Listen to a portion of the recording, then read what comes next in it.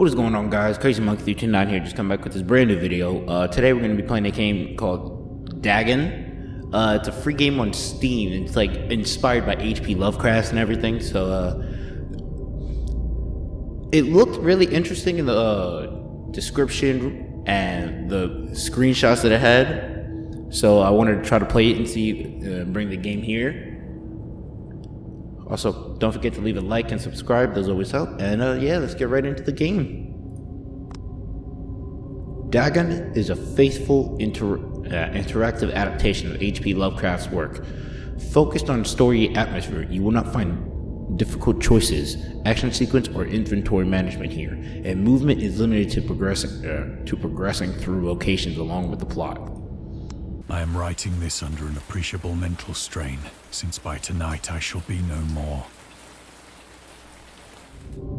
During the game, you will encounter interactive elements. Some of them will allow you to continue your journey, others reveal interesting facts about the original short stories, its historical background and its author. Some of the trivia is hidden. In order to find these secrets, focus your eyes and look for these elder sign. You can also access the found facts later. They will be available in the main menu. Penniless, and at the end of my supply of the drug which alone makes life endurable, I can bear the torture no longer, and shall cast myself from this garret window into the squalid street below.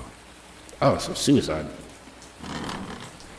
Do not think from my slavery to morphine that I am a weakling or a degenerate. When you have read these hastily scrawled pages, you may guess, though never fully realize, why it is that I must have forgetfulness or death. So he's a druggie.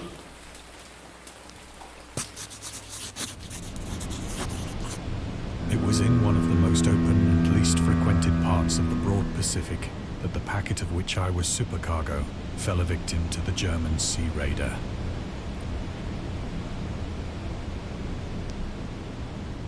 So you really just stand around and just look for stuff. Huh.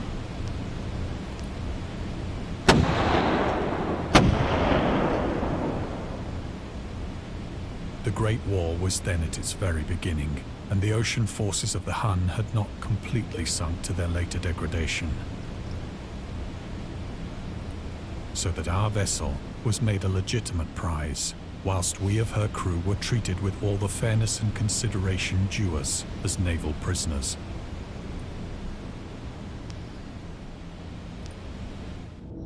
The Huns. The Huns were Central Asian nomads who established a domain in Europe and invaded the Roman Empire in the 5th century AD. They were known as brutal, deadly warriors and masters of quick raids who also developed powerful composite bows, lassos, and early siege weapons. During World War I, the British used the word Hun as a synonym for German in order to emphasize the brutality. However, the term originated when the German Emperor Wilhelm II gave a speech to his troops on the 27th July 1900 before they embarked to China. Should you encounter the enemy, he will be defeated. No quarter will be given. Prisoners will not be taken. Whoever falls into your hands is forfeited, just as 1,000 years ago the Huns under their king Attila made a name for themselves, one that even today makes them seem mighty in history and legend. May the name German be affirmed by you in such a way in China that no Chinese will ever again dare to look cross-eyed at a German. The refusal to take prisoners was a clear breach of the law and customs of war adopted during the 5th Hajj Convention of 1899. How many of them? Huh.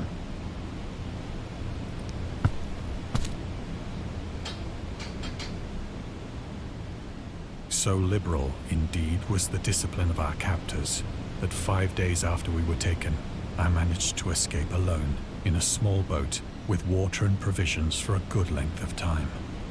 That does not look like enough water.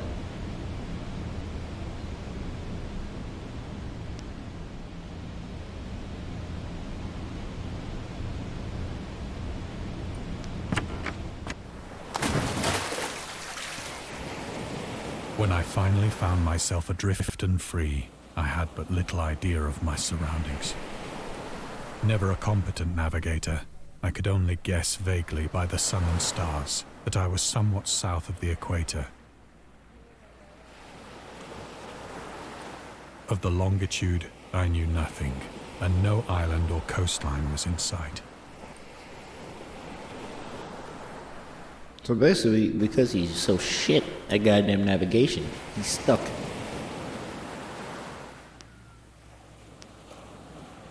Is there anything besides the sun I can look at for, like, another description or history lesson? Alright. The weather kept fair, and for uncounted days I drifted aimlessly beneath the scorching sun, waiting either for some passing ship or to be cast on the shores of some habitable land.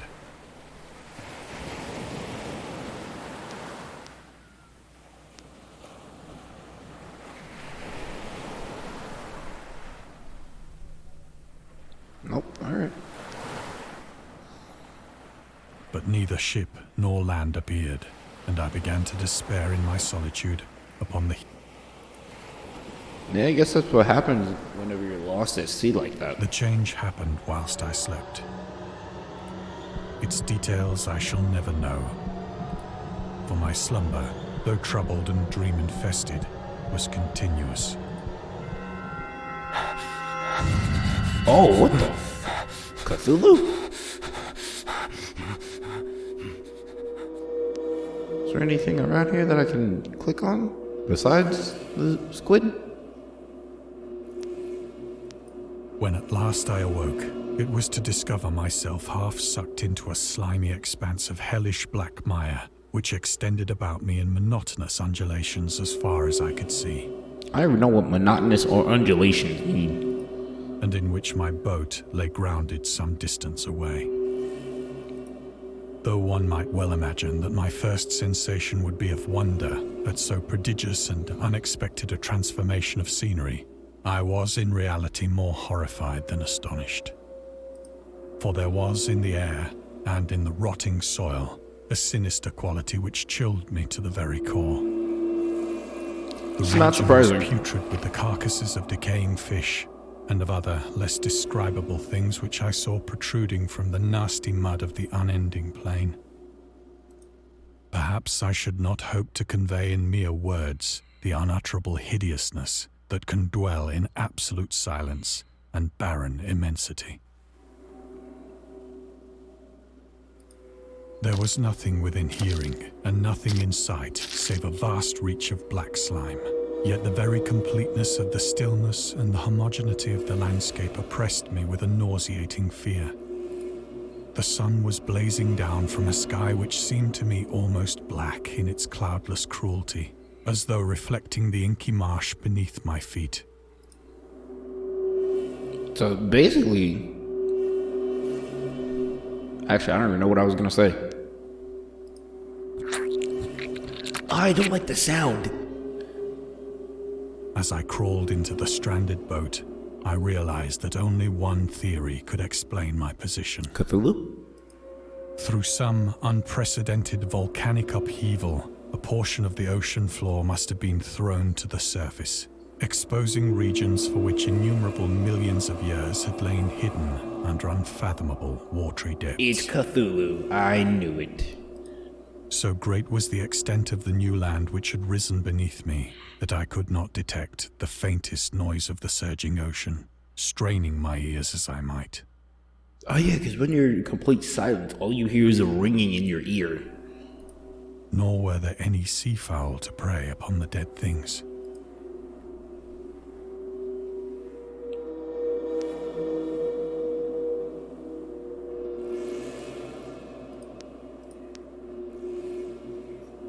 For several hours I sat thinking or brooding in the boat. Are you just like sitting on the side on the slimy shade as the sun moved earth? Across the heavens.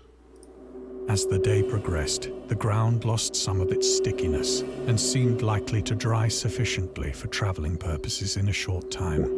What the hell is that? That night I slept but little, and the next day I made for myself a pack containing food and water, preparatory to an overland journey in search of the vanished sea and possible rescue.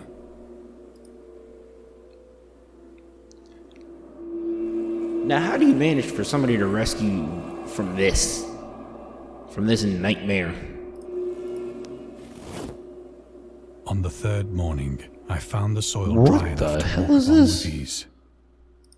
The odor of the fish was maddening, but I was too much concerned with graver things to mind so slight an evil, and set out boldly for an unknown goal.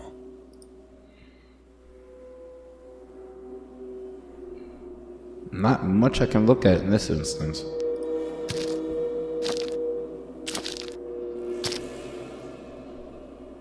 Oh, All day what I the forged hell? steadily westward, guided by a faraway hummock which rose higher than any other elevation on the rolling desert.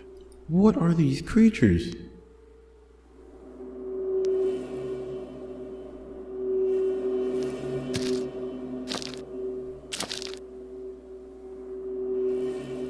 What the hell?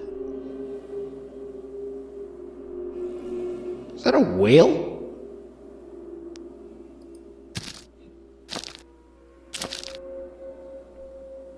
That night, I encamped, and on the following day still travelled toward the hummock, though that object seemed scarcely nearer than when I had first espied it. Alright, seriously, what is this thing?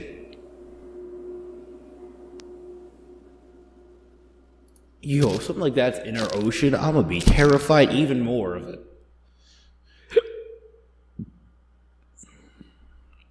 By the fourth evening, I attained the base of the mound, Yeah, which definitely turned nothing to out to look be at here, so I'm much just higher than waiting it had for it. appeared from a distance. An intervening valley setting it out in sharper relief from the general surface. Too weary to ascend, I slept in the shadow of the hill. Why is this like rock I lyrics? know not why my dreams were so wild that night. Probably because the slimy earth. Ere the waning and fantastically gibbous moon had risen far above the eastern plain. I was awake in a cold perspiration, determined to sleep no more. Such Insomnia. visions as I had experienced were too much for me to endure again. And in the glow of the moon I saw how unwise I had been to travel by day. Without the glare of the parching sun, my journey would have cost me less energy. Indeed, I now felt quite able to perform the ascent which had deterred me at sunset. Picking up my pack, I started for the crest of the eminence.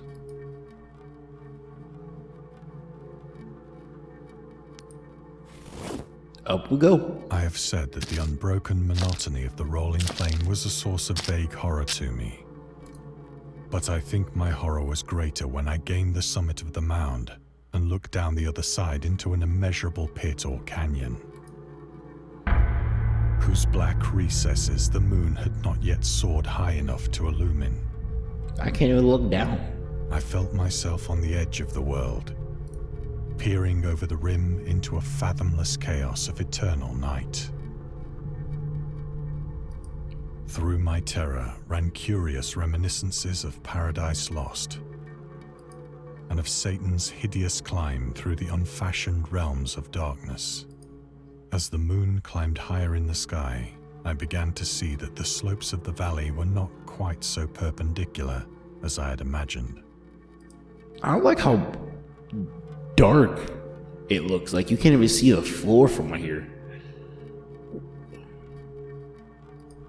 Ledges and outcroppings of rock afforded fairly easy footholds for a descent, whilst after a drop of only a few hundred feet, the declivity became very gradual.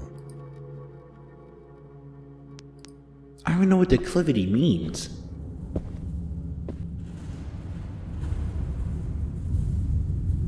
Also, I thought I'd be able to walk around. Urged on by an impulse which I cannot definitely analyze, I scrambled with difficulty down the rocks and stood on the gentler slope beneath. This is more of like an audio book with a visual rather than an actual game. So you're legit just listening to this guy go on about whatever he's going on about, and then you're just there to experience it. You don't do anything.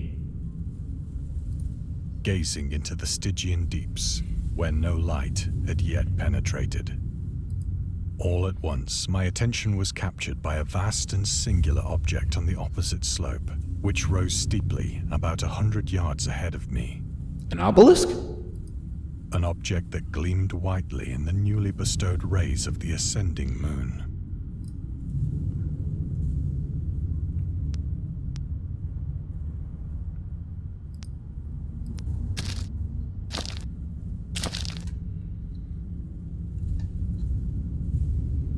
That it was merely a gigantic piece of stone, I soon assured myself, but I was conscious of a distinct impression that its contour and position were not altogether the work of nature. Yeah, because something rising out of the floor that looks like a gigantic rectangle is part of nature. A closer scrutiny filled me with sensations I cannot express. For despite its enormous magnitude, and its position in an abyss which had yawned at the bottom of the sea since the world was young, I perceived beyond a doubt that the strange object was a well-shaped monolith, whose massive bulk had known the workmanship and perhaps the worship of living and thinking creatures. Definitely Cthulhu. Definitely Cthulhu. Dazed and frightened, yet not without a certain thrill of the scientist's or archaeologist's delight, I examined my surroundings more closely. I mean, there's not much to look at.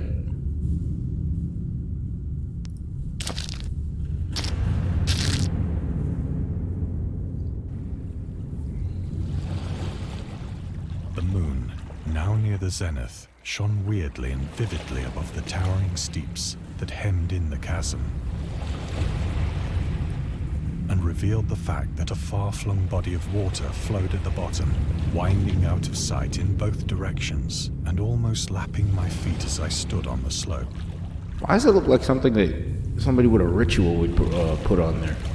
Or perform from there?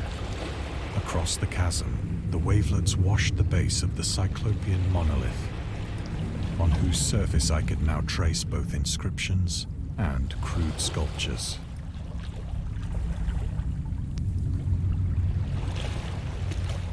The writing was in a system of hieroglyphics Cthulhu. unknown to me, and unlike anything I'd ever seen in books, consisting for the most part of conventionalized aquatic symbols such as fishes, Aquatic? eels, octopi, crustaceans, mollusks, whales, and the like. Several characters obviously represented marine things which are unknown to the modern world, but whose decomposing forms I had observed on the ocean-risen plain. It was the pictorial carving, however, that did most to hold me spellbound.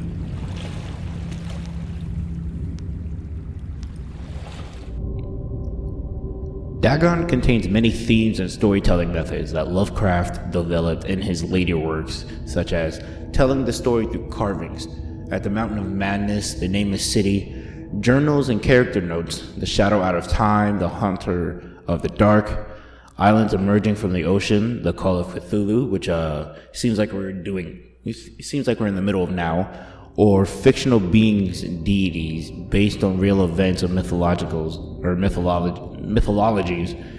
Migo in the Whispering Darkness. It's also considered the origin of the popular Cthulhu mythos. Some of Lovecraft's other stories also conclude in a manner similar to Dagon, but let's skip the details in order not to spoil the ending. The creator of this game is really doing a good job of almost retelling the whole Cthulhu thing, but in their own way. You know what I mean? Plainly visible across the intervening water, on account of their enormous size, were an array of bas-reliefs whose subjects would have excited the envy of a doré. Mermen and merwomen? These things were supposed to depict men, at least a certain sort of men, though the creatures were shown disporting like fishes in the waters of some marine grotto, or paying homage at some monolithic shrine which appeared to be under the waves as well. Of their faces and forms I dare not speak in detail, for the mere remembrance makes me grow faint. Grotesque beyond the imagination of a Poe or a Bulwer.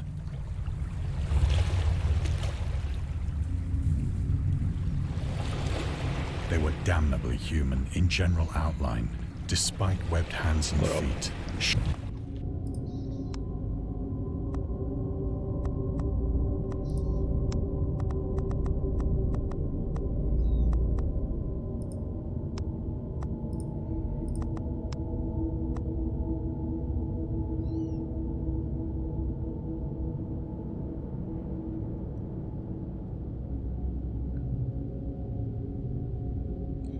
My computer's not all that great, so I'm trying to see if there's...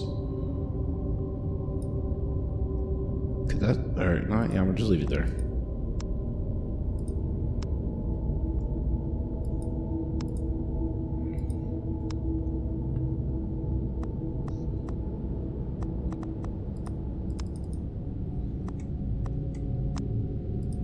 Shockingly wide and flabby lips, glassy, bulging eyes, and other features less pleasant to recall.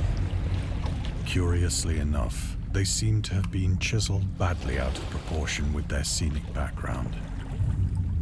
For one of the creatures was shown in the act of killing a whale, represented as but little larger than himself. Oh my Jesus. I remarked, as I say, their grotesqueness and strange size, but in a moment decided that they were merely the imaginary gods of some primitive fishing or seafaring tribe. Some tribe whose last descendant had perished eras before the first ancestor of the Piltdown or Neanderthal man was born.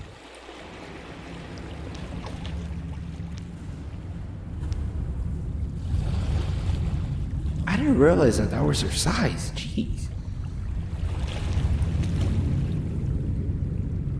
Awestruck at this unexpected glimpse into a past beyond the conception of the most daring anthropologist, I stood musing whilst the moon cast queer reflections on the silent channel before me. Then, suddenly, I saw it. With only a slight churning to mark its rise to the surface, the thing slid into view above the dark waters.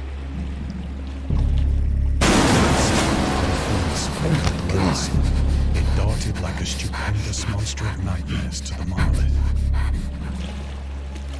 about which it flung its gigantic scaly arms, while it bowed its hideous head and gave vent to certain measured sounds. I think I went mad then.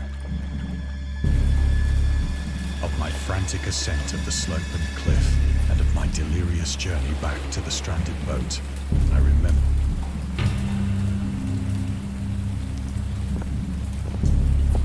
So from just being around him, he started losing his mind, it seemed. I believe I sang a great deal, and laughed oddly when I was unable to sing.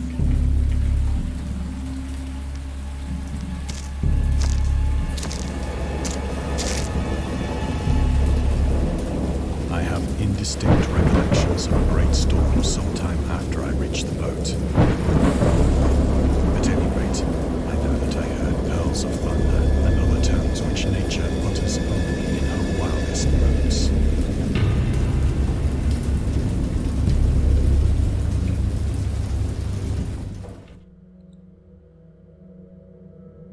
Am I gonna end up back in the water? When I came out of the shadows, I was in the San Francisco hospital. How did I get here? Brought thither by the captain of the American ship which had picked up my boat in mid-ocean. In my delirium, I had said much, but found that my words had been given scant attention. Of any land upheaval in the Pacific, my rescuers knew nothing. Nor did I deem it necessary to insist upon a thing which I knew they could not believe. The journalist. Lovecraft was a prominent figure in the world of amateur journalism. In 1915, he started publishing his own journal called The Conservative, which included political and social commentary, poetry, short stories, and literary criticism written by him and other authors. Howard was a skilled wordsmith, but he also took criticism to heart, which resulted in his decision to step away from writing poetry and concentrate on weird fiction again.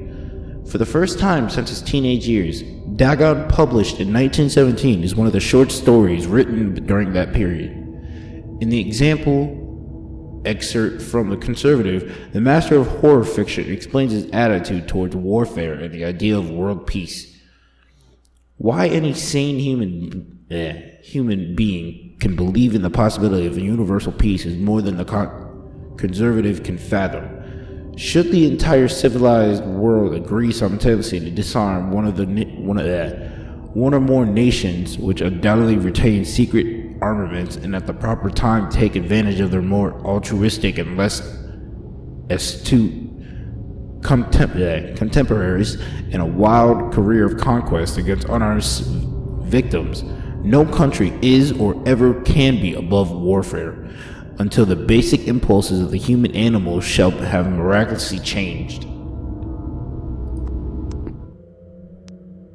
So he really did not like war, from what I just read.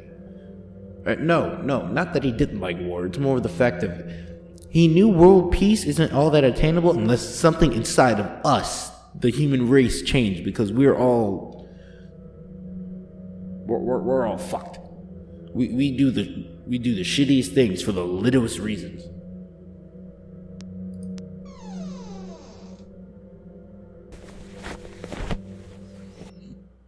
Once I sought out a celebrated ethnologist and amused him with peculiar questions regarding the ancient Philistine legend of Dagon, the fish god. Was that gigantic, towering sea creature that was standing by the monolith? Dagon, or Dagon, was the main deity of the I don't even know how to pronounce that. Philistines? The main deity of the Philistines, worshipped throughout the Middle East as the ancient god of fertility and crops. In Hebrew, the word Dagon was a common noun for grain. The ruler Akkad, Mesopotamia, chose him as a patron saint of their war conquest. He also appeared as a judge of the dead and as rainy poem and undead prison wanderer in one of the Babylonian texts. He's often mistakenly taken for a fish god due to the wrong interpretation of his name, as in Hebrew the word dag means fish. In H.P. Lovecraft's work, Dagon is an unwatered deity ruling over the Deep One, a humanoid race with fish traits that reside in the ocean. He's worshipped by a secret cult called the Historic Order of Dagon, a humanoid race with fish traits. Why does it remind me of Aquaman, but better?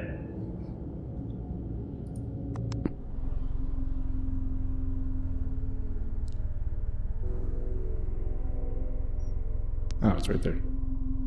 Shit, what's on this side? Nothing. Okay.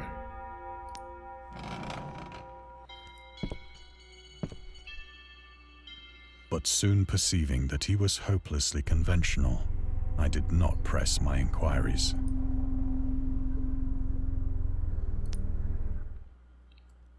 August Derleth and the Cthulhu Mythos. August Derleth was an American writer and anthologist. He also befriended Lovecraft and published many of his works through his company, Arkham House. Although he greatly contributed to the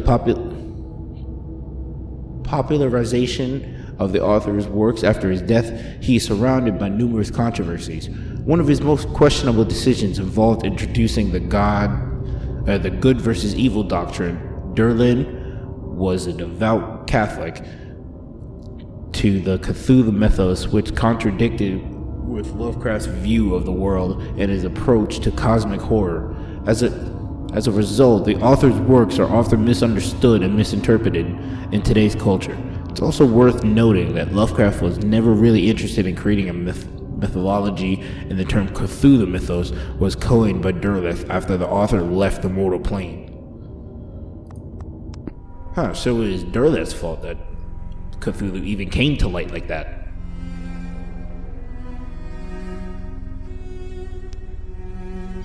Is there anything else?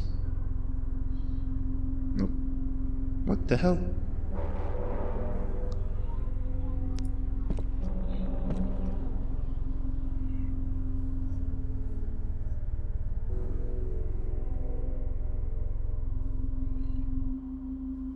Nothing to say on this part?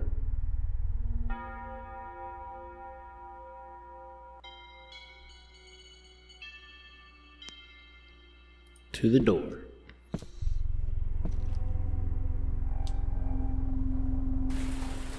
It is at night, especially when the moon is gibbous and waning, that I see the thing. I tried morphine, but the drug has given only transient surcease, and has drawn me into its clutches as a hopeless slave. So now I am to end it all, having written a full account for the information or the contemptuous amusement of my fellow men. Lovecraft on tobacco and alcohol. Lovecraft hated tobacco, even though he used to smoke when he was 12 in order to look and feel like an adult.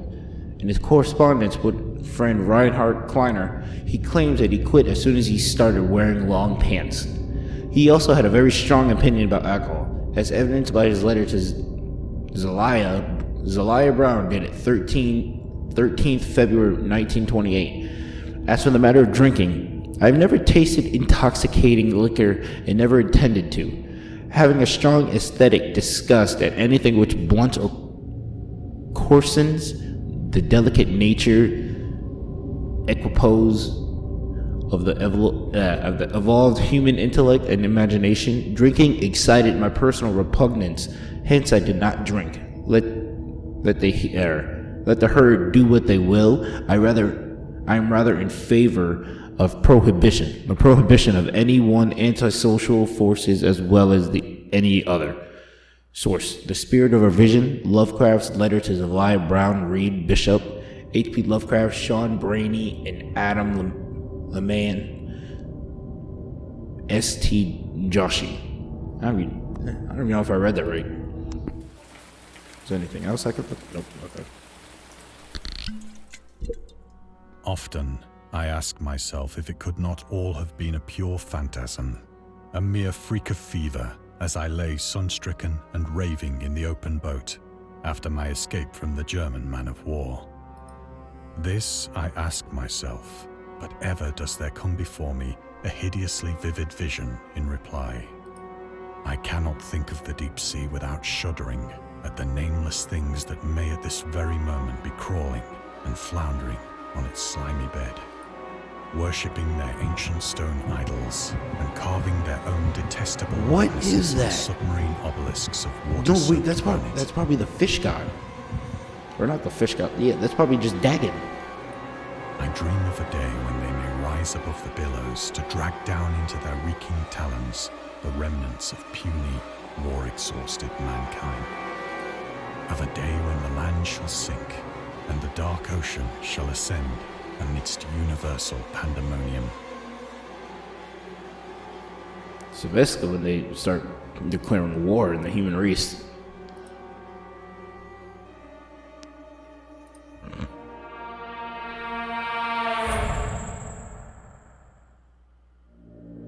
The end is near. I hear a noise at the door, as of some immense slippery body lumbering against it. It shall not find me.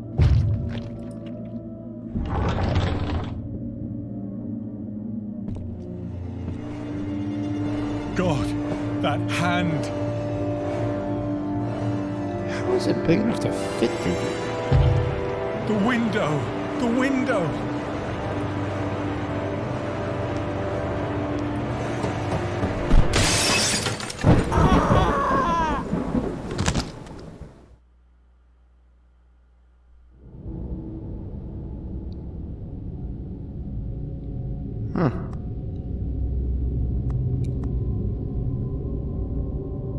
did a real good job at putting us through that whole atmosphere and everything. No, well, I'll worry about that later. But yeah, if you guys enjoyed the video, if you guys want to see me play the 2 DLCs that you see before you, please leave a comment down below. Also, don't forget to leave a like and subscribe. There's always help. And I'll catch you guys in the next video. And I'm out.